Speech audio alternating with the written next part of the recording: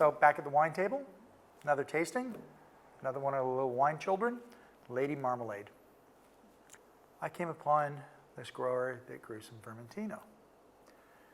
Now, I've told the story of Vermentino to the staff many, many times. To me, Vermentino is like Sauvignon Blanc on acid. It takes Sauvignon Blanc to the next level. And it's all because where Vermentino comes from, its roots on Sardinia, in the island, in the middle of the actual Mediterranean, this little rock growing grapes in the heat and the humidity and the unrelenting pressure still produces these amazingly vibrant, aromatic, juicy wines. The difference between Vermentino, though, and Sauvignon Blanc is that we retain a little bit of the phenolics. Phenolics are when you try wines and you get that sort of dry sandpaper effect on your teeth. Phenolics can add texture to white wines.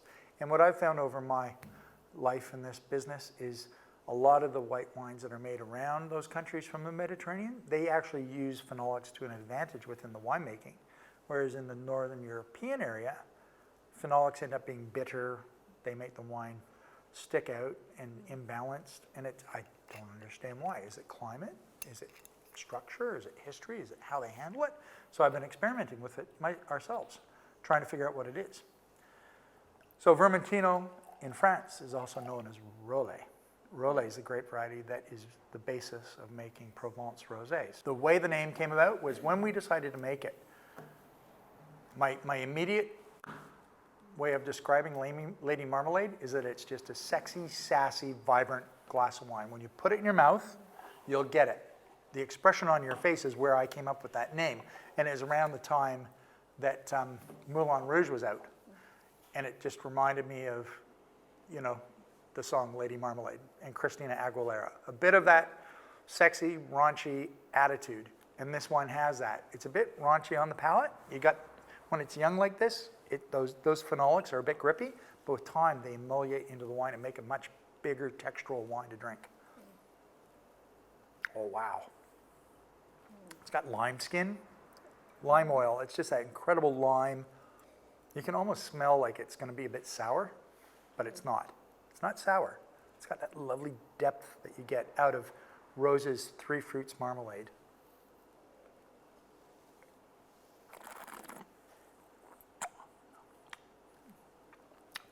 Just white grapefruit and starfruit. A little bit of kiwi in there too. But the acid is beautiful. It's just long and sharp and clean. And this comes from Sardinia. So what do they eat with it? Sardines. Oily fish. This is a fantastic pêché wine. Anything to do with things that come out of the ocean, periwinkles, pippies, white fleshed meat, white fish, oily fish, all that kind of stuff. Summer salads. One of the things I love to have with this, don't get me wrong, usually I'm always talking about being a carnivore. I actually love having watermelon and feta and rocket salad with this and using a bit of it in the dressing with olive oil. It is an absolute cracker in the summertime with some nice cold cooked calamari. You know, pickled calamari is absolutely beautiful. It's a great wine. And it just showcases a different perspective for people. We have Sauvignon Blanc with its acid rails. To me, Sauvignon Blanc is two-dimensional. It's aromatics and it's acid. This has three. It's texture. It's got that grip. It's got acid rails that pull it through, and it's got the aromatics. It is a beautiful food wine. And we've learned that it actually ages well. It develops a bit more richness and texture. To me, that brightness that it has right now is what I love about it. And what I love about a lot of our wines is in the first 2 to 3 years of its life, it's just all out there on stage, singing what it is. And that's what this wine really, really does well. Hope you enjoy. Cheers.